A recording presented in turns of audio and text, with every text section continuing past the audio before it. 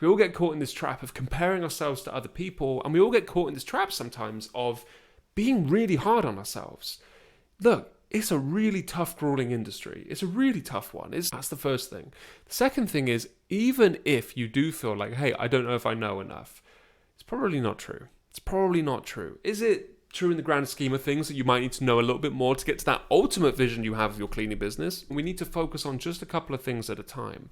If you're the kind of person where you're prone to being really hard on yourself, my advice would be check into that. Why is that? What is it that you keep telling yourself? Would you talk to a friend that way?